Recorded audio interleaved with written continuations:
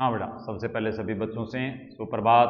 और आज इस वीडियो में अपने कक्षा 12 में हिंदी साहित्य विषय है।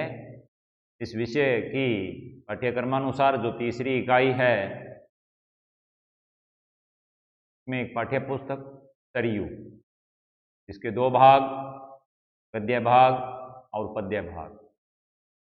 गद्य भाग चल रहा है और गद्य भाग का पाठ अलोपी। इस पाठ की व्याख्या मैंने पूर्व की वीडियो में करवाई है और अब जो शेष व्याख्या है उस पर अपनी चर्चा रहेगी, उस पर बातचीत होगी, उसका अध्ययन करवाया जाएगा। इसलिए सभी बच्चों से आग्रह रहेगा कि वे अपनी सरयू पाठ्य पुस्तक निकाल करके और उसकी पृष्ठ संख्या 108 ऊपर की इस पृष्ठ के 2 पंक्तियां छोड़ करके और उसके नीचे से मेरे साथ पढ़ना और समझना। देखिए बेटा, पूर्व में बात चल रही है, लेखिका बता रही है कि अलोपी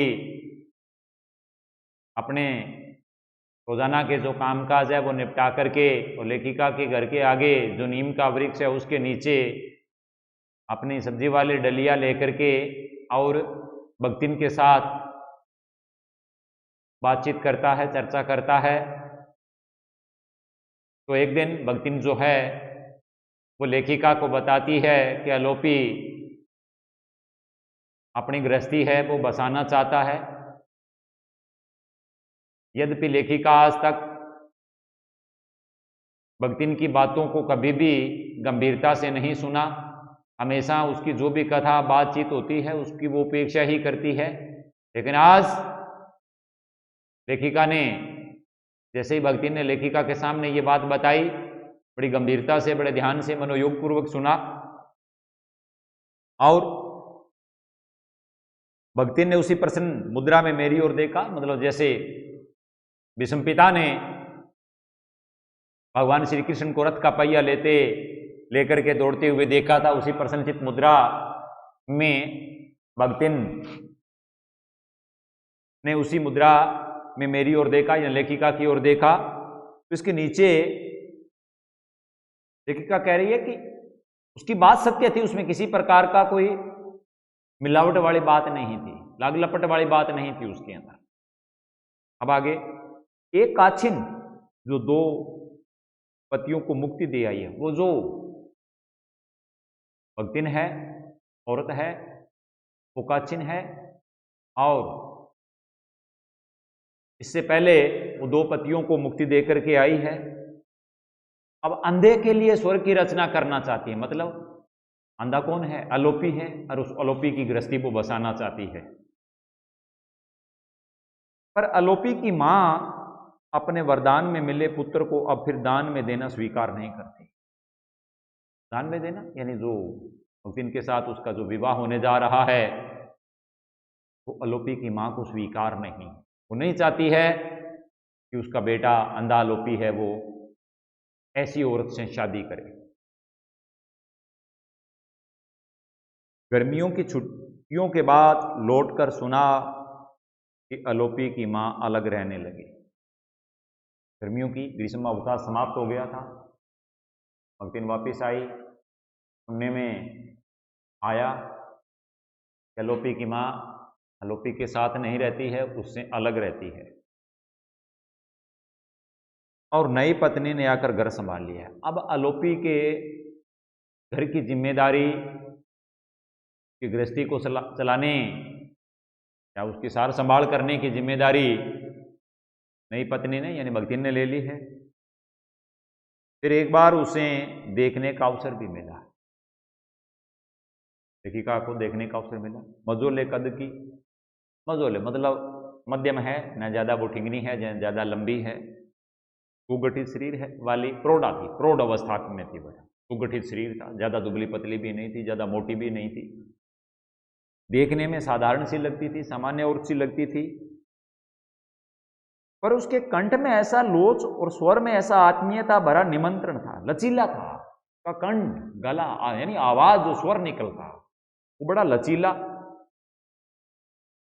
कंठ में, कंठ उसका लचीला और स्वर में क्या थी? आत्मीयता का भाव था, मतलब जादुई शक्ति, आकर्षण था, खींचने का, बड़ा मीठा जिसको कहें बेटा, सुनने वाला स्वर को सुन करके और आकर्षित हुए बगैर नहीं रहता, प्रभावित हुए बिना नहीं रहता, निमंत्रण था जो किसी को भी आकर्षित किए बिना नहीं रहता, इतना मधुर मीठा था कि कोई भी उसको सुनता तो उसकी ओर वो आकर्षित होता।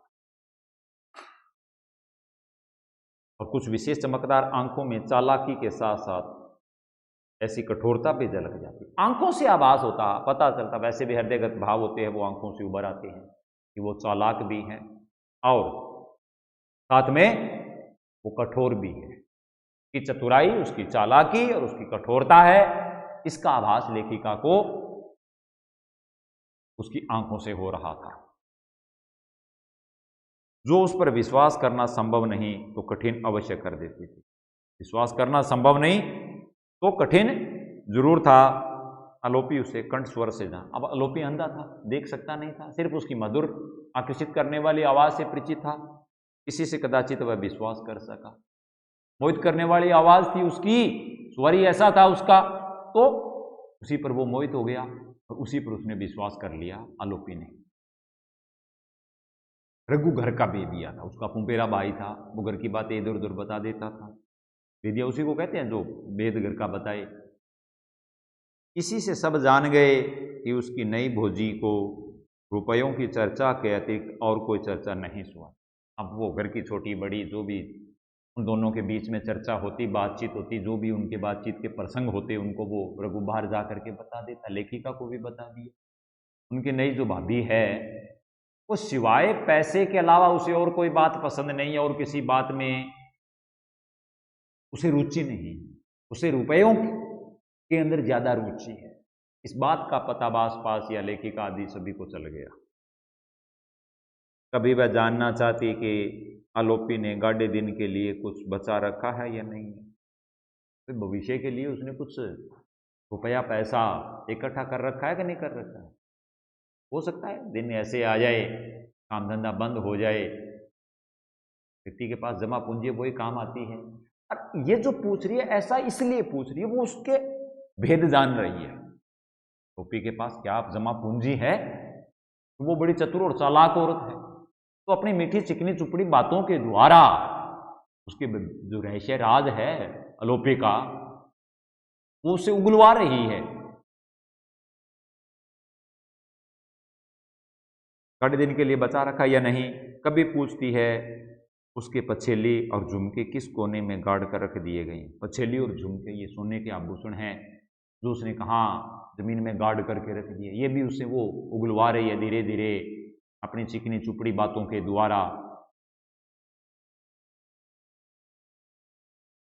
आलोपी इस डहते हुए स्वर्ग में 6 महीने रह सका। मतलब कहने का तात्पर्य यह है बेटा कि आलोपी और उस औरत का जो साथ था, या जो ये स्वर्ग में ही जो घर उनका था, या उस दिन का जो सुख था दाम्पत्य जीवन का, वो 6 महीने चला।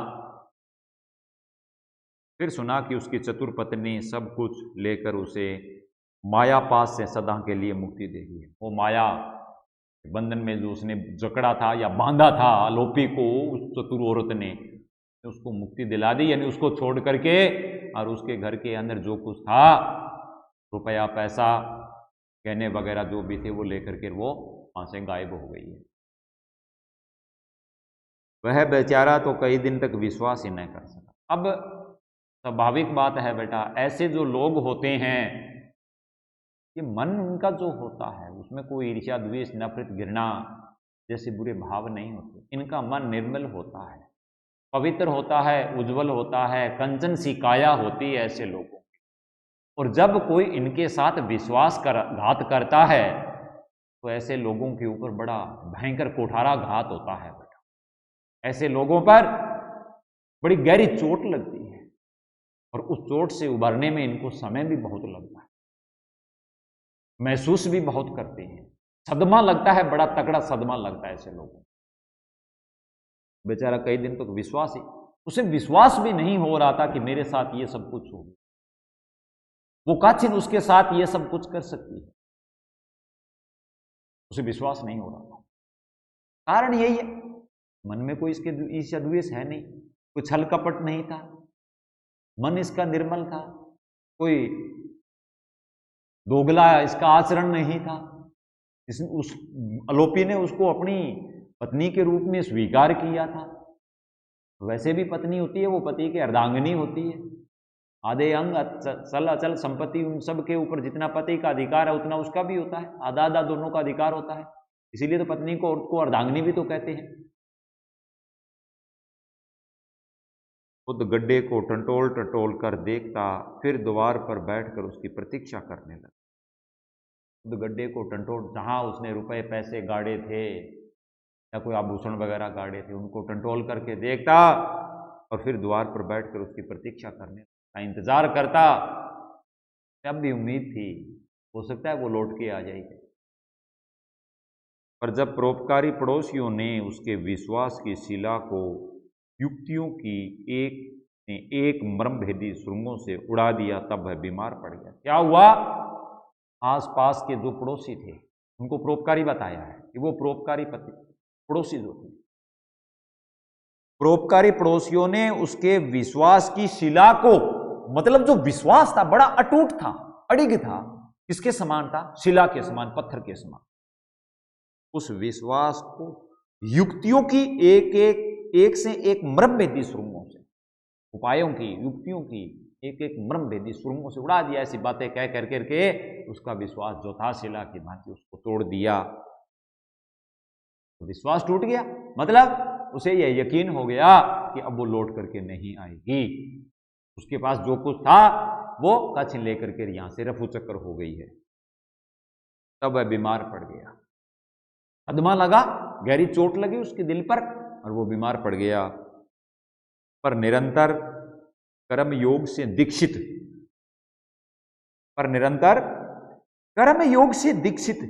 पुलिस को यह शुभ समाचार देने की चर्चा चलते ही वह प्रशांत निराश भरी दृढ़ता से कहने लगा। आगे की बता रही है लेखिका, पर निरंतर लगातार कर्म योग से दीक्षित, भाई काम करने में वो क्या था? निपुण था। और इस काम के लिए वो पुलिस को यह शुभ समाचार देने की चर्चा चल रही कि भाई उसका लेकर के उसकी पत्नी सब कुछ भाग गई है और इसकी सूचना पुलिस को दी जानी चाहिए, ऐसी चर्चा होने लगी। वह प्रशांत निराश भरी, शांत होकर के निराशा भरी दृढ़ता से कहता है निराशा से दृढ़ता के साथ, अपनी स्त्री की हुलिया लिखवाकर पकड़ मांगना नीच का काम है। मैंने देखा तो है नहीं उसे, अगर मैं उसके हाव भाव के आधार पर हुलिया, शकल, सूरत आदि के बारे में बताता हूं तो वो थी तो मेरी पत्नी बन करके उसके साथ रही है। अगर ऐसा मैं करता हूं तो मैं तो नीच हूंगा, सबसे निकृष्ट कहलाऊंगा। आलोपी कुछ अच्छा होने पर आने लगा, धीरे धीरे सदमे से उभरने लगा, बीमारी कम होने लगी और वो धीरे धीरे अब ठीक होने के बाद में आने लगा। पर उसमें पहला जैसा जीवन नहीं रह गया। अब पहले जो जीवन के अंदर गतिशीलता थी, जितना तेज तर्रार, जितना क्रियाशील पहले था, इस सदमे, इस ठेस के लगने के बाद में वो उतना क्रियाशील नहीं रहा। पहले जैसा जीवन नहीं रहता। पैर घसीट कर चलता, यहीं से पता चलता है। पहले पैर उठा करके, अब उठाने की क्षमता नहीं थी, अब घसीट करके, जैसे उसके शरीर के अंदर कोई जान न हो या निर्जीव सा हो। हाथ से लाठी छूट पड़ती, बार बार हाथ से लाठी छूट जाती है, जबकि वो उसको पहले कस करके पकड़ करके रखता था। एक बार मेरे बरामदे की दिशा में नमस्कार करते समय थाबड़ी नीचे आ रही। एक बार ऐसा भी हुआ है, क्या हुआ है कि नमस्कार करते समय उसके सिर की जो छबड़ियां थी वो नीचे आ रही। आलोपी के सब साहस, संपूर्ण उत्साह और समस्त आत्मविश्वास को संसार का एक विश्वासघात निगल गया। क्या हुआ था? ये जो आज जो वो निर्जीव सा बना हुआ है, स्थिरता है कि निष्क्रियता उसके जीवन में है, ये कारण है इसके पीछे, वो यह कि ये संसार का विश्वास था, ये समाज का, संसार का, उस औरत का जो विश्वासघात था, उसी विश्वासघात ने उसके साहस, उत्साह और भीतर का जो आत्मविश्वास था उसको निगल लिया, उसको खत्म कर दिया। यह सत्य होने पर भी कल्पना दे, हालांकि यह सच्चाई है। लेखिका कह रही है ये वास्तविकता है, ये सच्चाई है, लेकिन सत्य होने के बावजूद भी मुझे कल्पना जैसा लगता है, कल्पना मात्र है सच्चाई है। अंधे का दुख गूंगा होकर आया था, अंधा तो था ही वो पहले, और अब उसका दुख जो उसके जीवन में पैदा हुआ उसने उसको क्या बना दिया, गूंगा बना दिया। पहले बोल तो सकता था, अब बोलना भी बंद कर दिया। अतः सांत्वना देने वाले उसके हृदय तक पहुंचने का मार्ग ही न पा सकते। अब कोई धैर्य बंधाता, उसकी हिम्मत बढ़ाता, उसकी हौसला अफजाई करता, तो वो कुछ कहता, बोलता, तभी तो वो लोग उसकी हौसला अफजाई करते, उसका मनोबल बढ़ाते और उसके मन तक पहुंच पाते। लेकिन अब उसने बोलना ही बंद कर दिया। तो ऐसे में सांत्वना देने वाले लोग हैं, वो उसके हृदय तक कैसे पहुंच पाते। मेरे बोलते ही वह लज्जा से इस तरह सिकुड़ जाता मानो उसके चारों ओर ओले बरस। और जब मैं बोलती तो वो अपने आप को इतना लज्जित महसूस करता मानो उसके चारों ओर ऊपर से क्या बरस रहे हैं, ओले बरस रहे हैं। ओले बरसते सब सन्नाटा व्याप्त हो जाता है, सब चुप हो जाते हैं, सहम जाते हैं, पता नहीं क्या होने वाला है। उस तरह से वो सहम जाता, चुप हो जाता, लज्जित हो जाता। इसी से विशेष कुछ कह सुनकर उसका संकोचजनित कष्ट बढ़ाना जैसे उचित न समझा। अब लेखिका ने परिस्थिति को ताड़ लिया, समझ लिया। लेखिका समझ गई कि इससे ज्यादा अगर प्रश्न करूंगी और ज्यादा कोई पूछूंगी तो कह सुनकर के यह संकोच से जनित जो कष्ट है, ये संकोच है, इसके अंदर, इससे इसको क्या हो रहा है, संकोच के पीछे क्या है, इसके भीतर कष्ट। वो मेरे प्रश्न बार बार पूछने से, कहने से इसका कष्ट घटेगा नहीं, बढ़ेगा। पूछना बंद कर दिया, ये मेरे लिए उचित नहीं है। पर अपने अपराध से अनजान और अकारण दंड की कठोरता से अवाक, वाक बोलने वाला, अवाक नहीं बोलने वाला, चुप, लेकिन अपने अपराध से अनजान, उसके अपराध क्या है, उसका कसूर क्या है, इससे वो अनजान है, अकारण दंड। और बिना वजह ही उसे जो सजा मिली है, भाई आरोपी ने क्या अपराध किया है, क्या कसूर किया है, उसे किस बात की सजा मिली है कि उसकी पत्नी उसका सब कुछ लेकर के उसे छोड़ करके चली गई। उसने ऐसा कौन सा अपराध किया है, उसे किस बात की ये सजा दी जा रही, इससे वो अनजान है।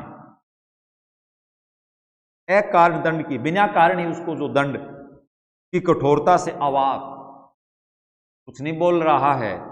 बालक जैसे आलोपी के चारों ओर जो अंधेरी छाया घिर रही थी, एक अंधेरा, इन सब बातों के द्वारा जो एक चारों ओर उसके अंधकार व्याप्त था, उसने मुझे चिंतित कर दिया। लेखिका की चिंता, भाई पहले ये बोलता था, अब तो बोलता ही नहीं है। सांत्वना जो दे रही हैं उनकी बात भी नहीं सुन रहा है, ये अपनी तरफ से कुछ नहीं कह पा रहा है, और ये अपराध से अनजान है, उसे किस बात की सजा मिल रही है, उसके कारण का पता नहीं है। बिल्कुल इन सब में वो मौन हो चुका है, शांत हो चुका है। अब लेखिका को उसके चारों ओर जीवन के अंदर एक चिंता पैदा करने वाला अंधकार दिखाई देने लगा कि मां बड़ी ममता से प्राप्त अंधे पुत्र का सब अपराध भूल गई थी। मां का तो यह स्वभाव ही होता है, बेटा कितनी भी गलती करे मां उसे क्षमा कर देती है। माता कभी भी कुमाता नहीं हो सकती, पुत्र कुपुत्र हो सकता है, लेकिन माता कभी भी कुमाता नहीं हो सकती। कोई बात यहां है, चाहे उसके बेटे ने गलती की है, लेकिन उसने उसको क्षमा कर दिया है। पर हटी, हाँ बेटा, तो बात ये स्वाभाविक बात है, माता कभी भी संतान की जो गलती होती है तो वो माफ कर देती है, ज्यादा सीरियस, गंभीर नहीं लेती है उसे। वो अपराध भूल गई, पर हटी पुत्र ने अपने आप को क्षमा नहीं किया, लेकिन वो जिद्दी था, उसने अपने आप को क्षमा नहीं किया। अतः दोनों का वह करुण मधुर अतीत फिर न लौट सका। वह करुणामयी मधुर जो अतीत था वो दोबारा नहीं आया, वो चला गया। दशहरे का अवकाश घर पर ही बिता रही थी। शिक्षिका थी, लेखिका है, अध्यापिका थी बेटा। तो अवकाश होता है, घर पर थी। आलोपी एक दिन तरकारियां देकर संध्या समय तक मैस में ही बैठा रहा। छात्रावास भोजनालय, वहां बैठा रहा। कभी बड़ी ममता से तराजू को छूकर देखता, कभी बड़े स्नेह से पुसी की धनुषाकार पीठ को सहलाता। पुसी बिल्ली होती है, धनुषाकार गोल जैसे धनुष के आकार की होती है, तो सहलाता। और कभी विनोद से छोटी बालिकाओं को चिढ़ा, मनोरंजन प्रसन्नता के साथ, खुशी के साथ छोटी छोटी बालिकाएं, बच्चियां जो थी उनको चिढ़ाता।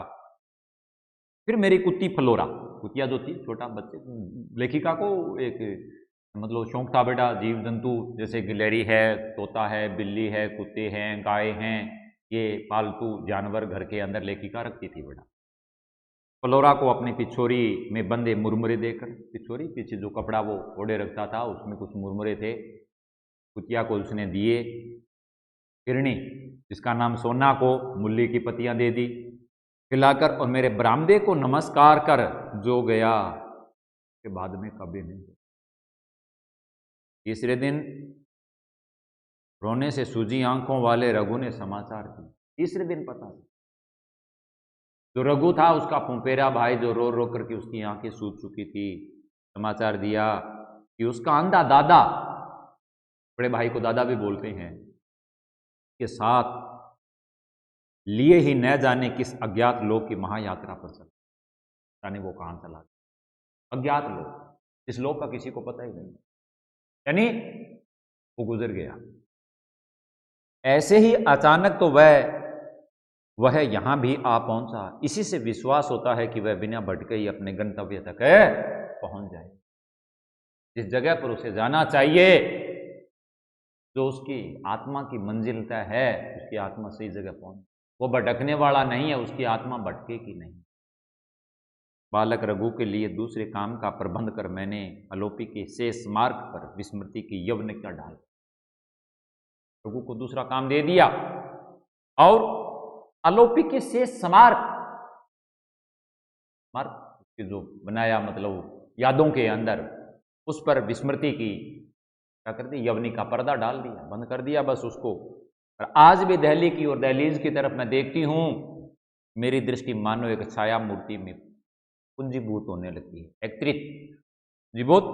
एकत्रित होकर के विशेष रूप ग्रहण कर लेती है। आज भी मैं दहलीज की तरफ देखती हूं तो मानो एक छाया मूर्ति, एक प्रतिबिंब, एक छाया उभर करके, यानी आलोपी के रूप के अंदर वो उस चीज का मुझे आभास होता है, यद्यपि है नहीं, वो संसार में ही नहीं है, लेकिन आज भी मुझे दरवाजे की दहलीज की तरफ मैं देखती हूँ, ड्यूटी की तरफ देखती हूँ, तो उसकी प्रति छाया, उसका प्रतिबिंब मेरी कल्पना शक्ति में उभर जाता है, उसका आभास होता है मुझे। फिर धीरे धीरे उस छाया का मुख स्पष्ट हो चलता है, का चेहरा, उसमें मुझे कच्चे कांच की गोलियों जैसी निष्प्रभ आंखें दिखाई, वही कच्चे कांच के निष्प्रभ प्रभाहीन की आंखें दिखाई देती है, और पीछ के गालों पर सूखे आंसू की रेखाएं, आभास, पीछ के गालों पर सूखे आंसू की रेखाओं का आभास मिलने लगता है, ये अनुभूति होती है लेखिका को। तब मैं आंख मल मल कर सोचती हूं, नियति के व्यंग्य से, भाग्य के व्यंग्य से, जीवन और संसार के छल से, ये जीवन के अंदर संसार मतलब उसकी पत्नी ने उसके साथ जो धोखा किया, छल किया, से मृत्यु पाने वाला आलोपी क्या मेरी ममता के लिए प्रेत होकर मंडराता रहेगा, ये भूत बन करके है? मतलब मन में अंदर आत्मा के अंदर वो समा गया है, हालांकि वो चला गया है, लेकिन क्या वो प्रेत मेरे अंदर मंडराता रहेगा, मेरे सामने इसी तरह से देखता रहेगा। भाग्य ने देखिए उसके साथ क्या खिलवाड़ किया है। तात्पर्य यही है, वो मेरी स्मृतियों से मिटने वाला नहीं है, वो मेरी स्मृतियों के अंदर हमेशा बना रहेगा। इस तरह से बेटा पाठ की जो व्याख्या है वो पूर्ण हो गई है। आओ आगे की जो वीडियो होगी उसके अंदर अपने इस पाठ से जुड़े हुए जो प्रश्न उत्तर हैं उन प्रश्न उत्तरों पर चर्चा करेंगे। तब तक के लिए धन्यवाद बेटा।